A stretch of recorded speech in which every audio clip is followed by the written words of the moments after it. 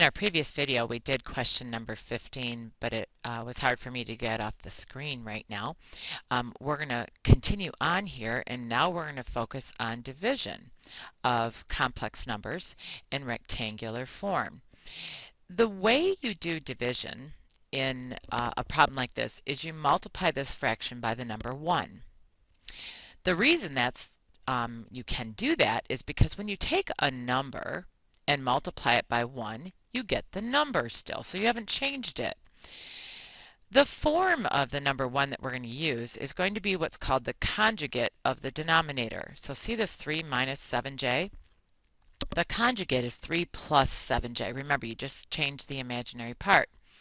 But we're going to multiply top and bottom by that 3 plus 7j. And as a result, this is going to be my kind of like a big old 1 symbol. This right here is multiplying by 1 when you multiply top and bottom by the same thing. But what happens is when you multiply this denominator by this conjugate, we've discovered that, let's just do it out longhand, but from now on we won't need to write it all the way. You will always get, in this case, 3 times 3 is 9.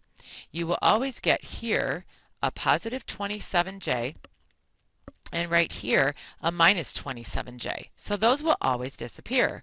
Then this minus 7 times this plus 7 is going to be a minus 49j squared. Now, would you, again, hear that again? This minus times this plus. Well, if these are conjugates, these signs are always going to be opposites right here, which will mean their product will be a negative number times j squared. But j squared is a negative 1.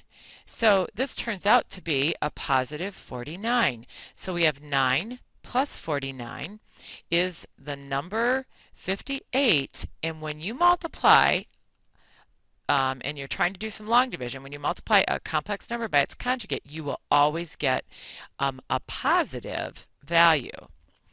Next upstairs, I have this monomial. I have to distribute through this binomial. So 5j times 3 is 15j. 5j times 7j is 35j squared. But remember, j squared is a negative 1. So I'm going to take this and write it first as a negative 35 and then the 15j, because now it's in real and then imaginary form over 58. I want you to know that that could be written as 1 over 58 times the negative 35 plus 15j. And for that matter, sometimes people will write the 58 underneath each term. So this 15j will have the 58 under it as well. I tend to leave all my answers like this, but this might help us in reducing, because sometimes we'll have to reduce. Let's go on and try this again.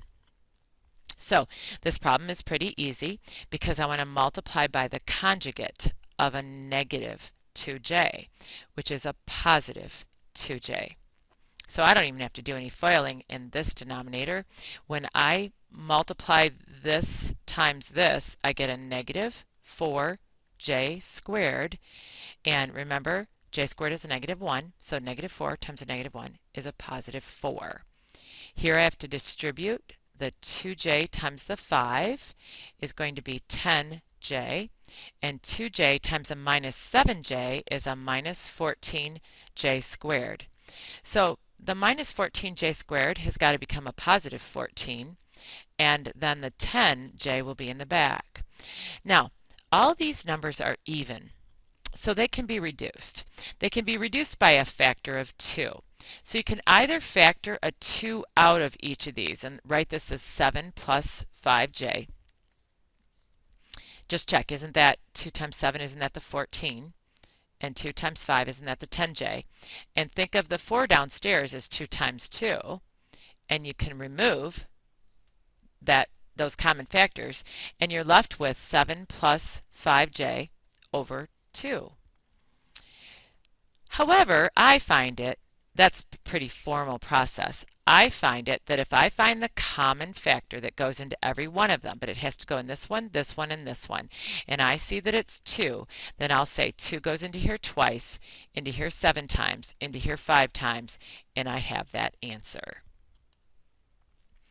Let's go ahead now in number 18. Let's multiply by the conjugate of that denominator. So that's going to be a negative 1. Don't change that sign. Just change that sign. That's the common mistake. People change this sign. And a minus 4j, top and bottom. So we'll FOIL this, but I'm going to see if I can get you to not write down the middle terms. A negative times a negative is a positive 1. Let's not write down this 4j and this minus 4j because they combine to be 0. Let's just write down this 4j times a minus 4j is a minus 16j squared. And then let's come on over here and call that denominator 1 plus 16, or 17.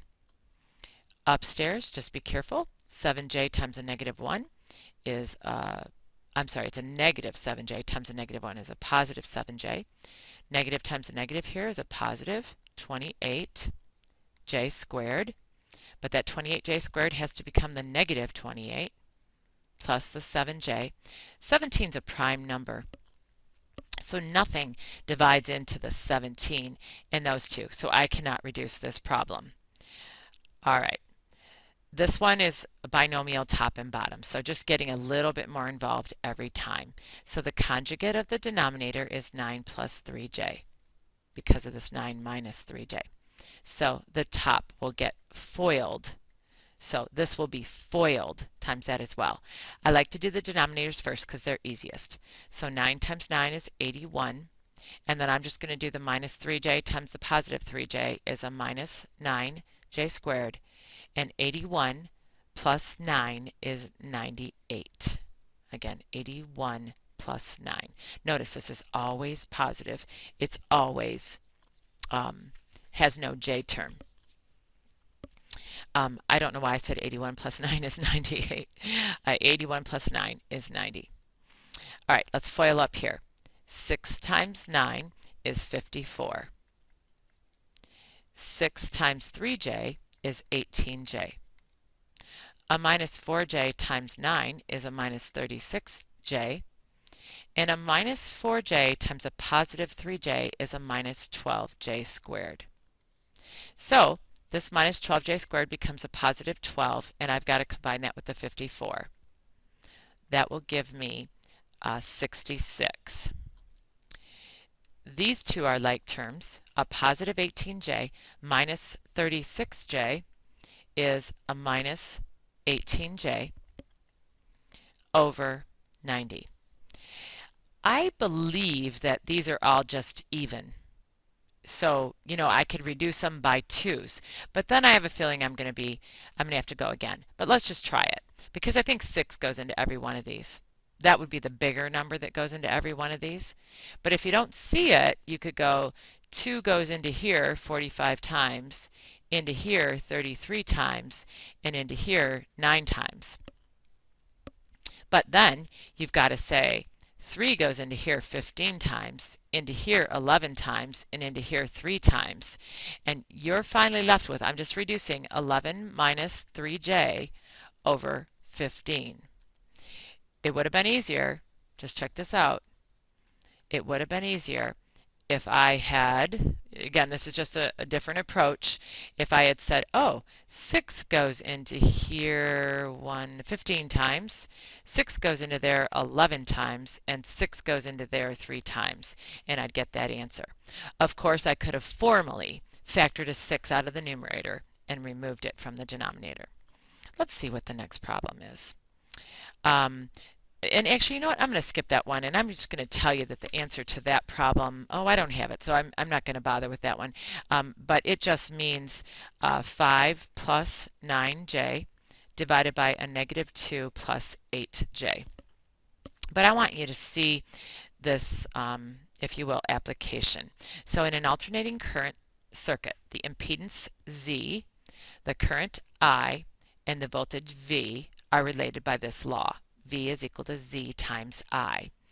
It says find the impedance, which is the letter Z. Find the impedance, the letter Z, given voltage and current. So if you have V and you want to solve, and you have I, and you want to solve for z, we're going to divide both sides by I to get z alone. So z would be found by taking the voltage divided by the current, and the voltage is 26 plus 3J, and the current is 6 minus 2J, and you would finish this problem by multiplying top and bottom by 6 plus 2J. I'm going to try to do this real quickly. This segment is getting a little bit long. So the denominator is 36 plus 4. I'm just going to get fast at this now. So that's 40. And then 26 times 6, darn, I didn't do this in advance. 36, carry the 3, 156. And then I have a 52J and an 18J and a 6J squared. So that numerator is 156 minus 6, or 150. These two combine to be 70. So it looks like I have 150 plus 70J ohms. They can all be divided by 10. I'm going to come on over here and say then I would have 15 plus 7J over 4, and the impedance is in ohms. You could either write it, or you know that that symbol looks like this. This is the end of our division segment.